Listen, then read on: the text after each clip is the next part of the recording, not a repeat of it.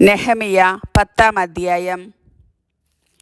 ഉടമ്പടിയിൽ ഒപ്പുവച്ചവർ ഹക്കാലിയായുടെ പുത്രനും ദേശാധിപതിയുമായ Nehemiah, Zedekiah, പുരോഹിതന്മാർ Seraiah, Azariah, Jeremiah, Pashhur, Amariah, Malchijah, Hattush, Shebaniah, Malluch, Harim, Meremoth, Obadiah, Daniel, Ginnethon, Baruch, Meshullam, Abijah, മിയാമിൻ, Maaziah, Bilgai, Shemaiah. ലേവ്യർ അസാനിയായുടെ പുത്രൻ യശുവ, ഹെനാദാദിൻ്റെ കുടുംബത്തിൽപ്പെട്ട ബിന്നൂയി, കദ്മിയേൽ, അവരുടെ സഹോദരന്മാർ Shebaniah, Hodiah, Kelita, Pelaiah, Hanan, Mica, Rehob, Hashabiah, Zaccur, Sherebiah, Shebaniah, Hodiah, Bani, ബനീനു.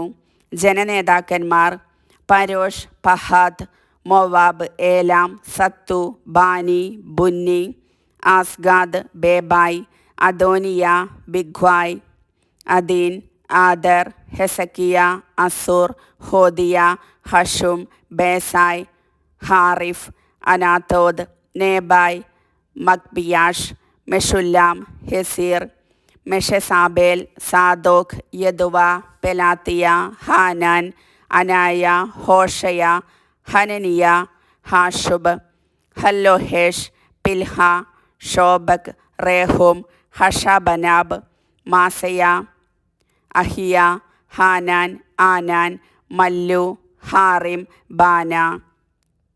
ശേഷമുള്ള പുരോഹിതന്മാർ, ലേവ്യർ, വാതിൽ കാവൽക്കാർ, ഗായകർ, ദേവാലയ സേവകർ എന്നിവരും ദൈവത്തിൻ്റെ നിയമത്തെ പ്രതി തദ്ദേശീയരിൽ നിന്ന് ബന്ധം വിടർത്തിയവരും അവരുടെ ഭാര്യമാരും മക്കളും തിരിച്ചറിവായ എല്ലാവരും തങ്ങളുടെ ചാർച്ചക്കാരോടും ശ്രേഷ്ഠന്മാരോടും കൂടെ തൻ്റെ ദാസനായ മോശ വഴി ദൈവം നൽകിയ നിയമങ്ങൾ അനുസരിച്ച് ജീവിക്കുമെന്നും ദൈവമായ കർത്താവിൻ്റെ എല്ലാ പ്രമാണങ്ങളും ചട്ടങ്ങളും കൽപ്പനകളും പാലിക്കുമെന്നും മറിച്ചായാൽ ശാപമേറ്റുകൊള്ളാമെന്നും ശപഥം ചെയ്തു.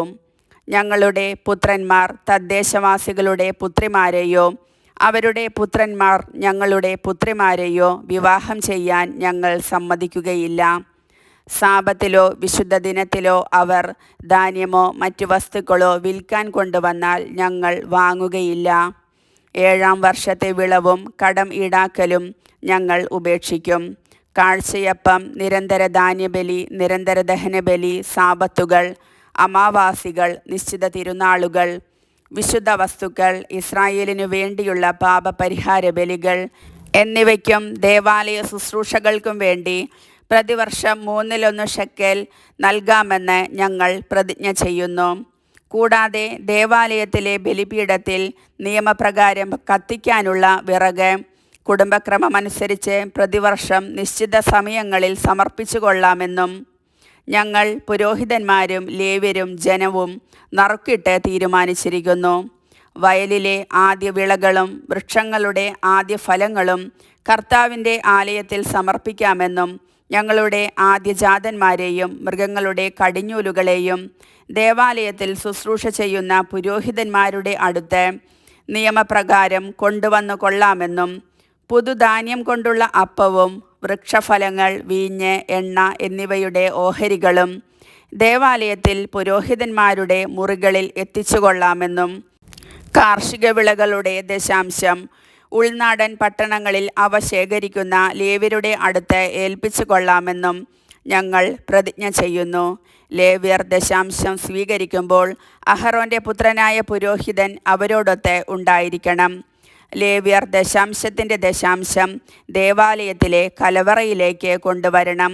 ധാന്യം, വീഞ്ഞ്, എണ്ണ എന്നിവയുടെ ഓഹരി ഇസ്രായേൽ ജനവും ലേവ്യരും കൂടെ ദേവാലയ ശുശ്രൂഷകരായ പുരോഹിതന്മാരും പടികാവൽക്കാരും ഗായകരും താമസിക്കുന്നതും ശ്രീകോവിലിലെ പാത്രങ്ങൾ സൂക്ഷിക്കുന്നതുമായ മുറികളിലേക്ക് കൊണ്ടുവരണം. ഞങ്ങൾ ഞങ്ങളുടെ ദൈവത്തിൻ്റെ ആലയത്തെ അവഗണിക്കുകയില്ല. കർത്താവിൻ്റെ വചനം.